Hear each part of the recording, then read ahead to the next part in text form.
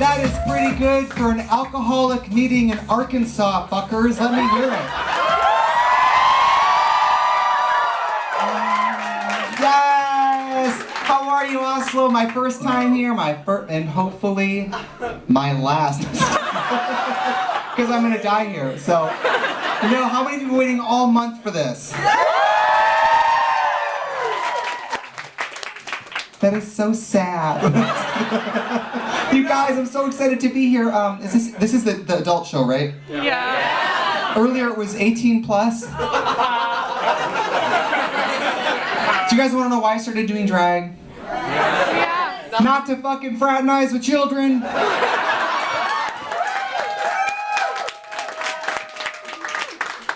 +18 events are fun for two types of people: kids and kid fuckers. And I am not a kid fucker by Norway law. No, I do a lot of family events with kids, right? And it's always rich white people, and they're like, Trixie, can we have a picture with our kids, Eden, Aiden, and Iden? No. I was doing a family event, you guys, and after me was aerial artists. They hang from the ceiling and spin, on ropes. That whole show, I swear to God, I wanted to wrap that rope around my neck. It's all for you, Damien.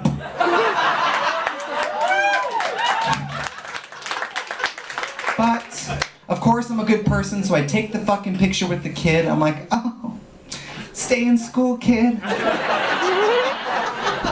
I got my BFA, and look at me now. Someday, Simba, everything the light touches will be yours. And then for some fucking reason, I keep getting stuck doing bachelorette events. Do you guys get those here? Young women who are about to be married. Yeah. They come to gay bars here. How do we feel about it? Yeah. Right? Gay guys are like, if I can't be happy, no one can.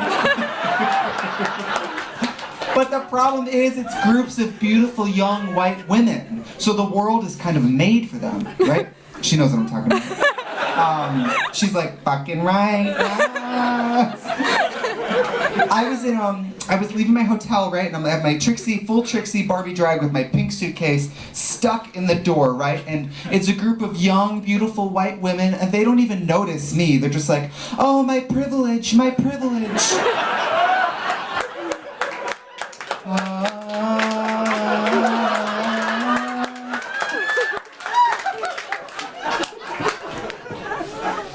And beautiful young white women, anybody, they always approach, white girls, where are you at?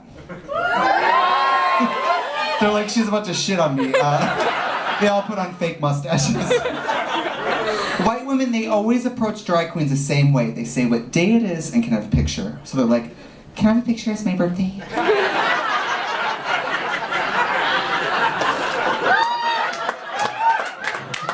Can I have a picture? It's my anniversary. I don't care if you die tomorrow.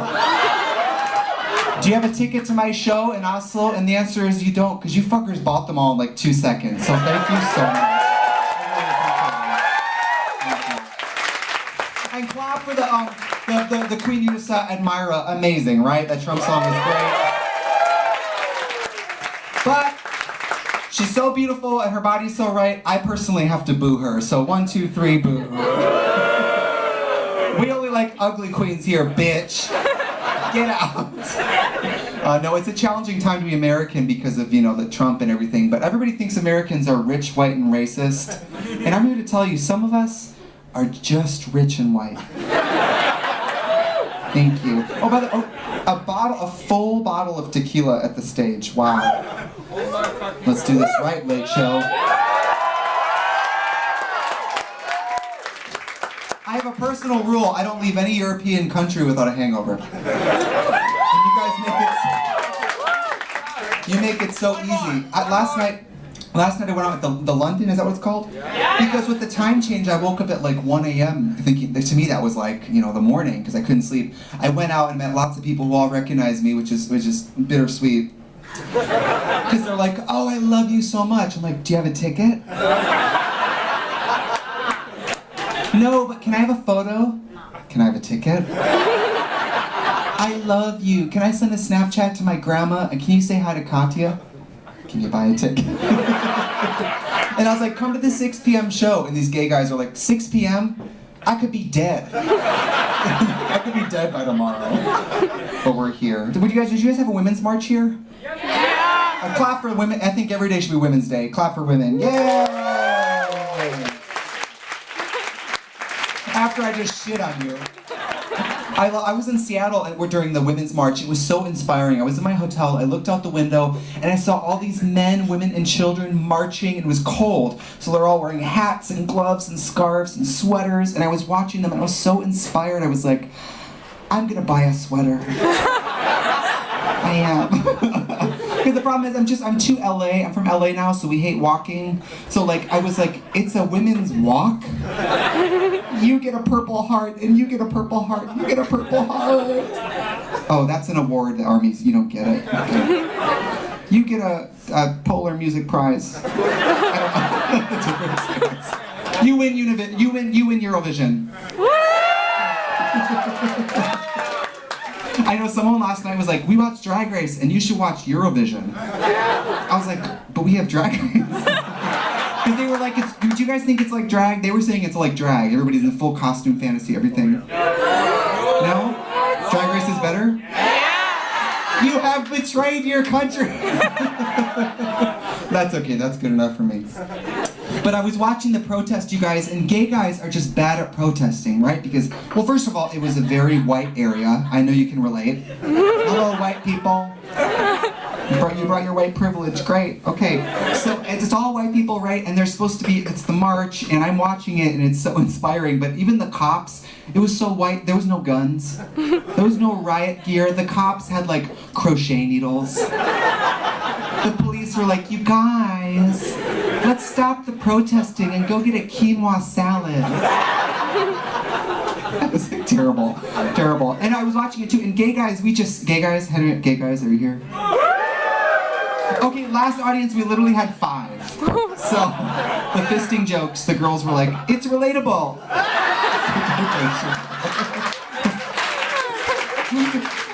I don't know why I have so many female fans, but I'm so happy I do. I'm glad you ladies are here as well. You make my whole... And Trixie fans, the women always come in full hair and makeup. You always look so amazing. Guys, a little lazy, but it's okay. This shirt has buttons, what? But it's gay guys, at protest, you guys, gay guys are stumbling in late from brunch. They're like a broken shoe. They're like, wait up! Let's get in formation. I was watching the protest, and it was all these men, women, and children with these signs. And it said, no Trump, no misogyny, no racism. The gay guy has a no sign, but he's like, yeah. So confused. Points for effort, yeah. But you guys, this is my first stand-up show, and I always wanted to do stand-up.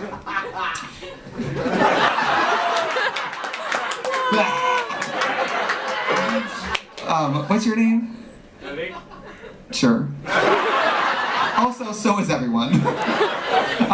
You guys, it's my first stand-up show, and I always wanted to stand up. I was talking to my friend Jeremiah from LA, because I was afraid I would bomb. You know, and I was like, I'm afraid I'm gonna bomb. And Jeremy goes, oh, you'll bomb. But I was like, you know what? I'm a white misfit from a small town. If I was gonna bomb anything, it would have been my school. So I'm glad you laughed at that. It would have been a long night. A long night. I was here earlier doing the sound check, so no one was here, and I said that joke, and it was like silence.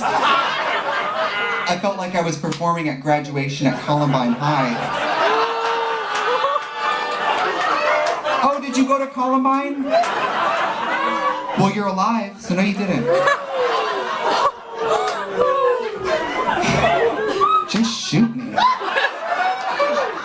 No, that's bad. Usually for me, you guys, comedy is so automatic, but that joke, only semi-automatic. So,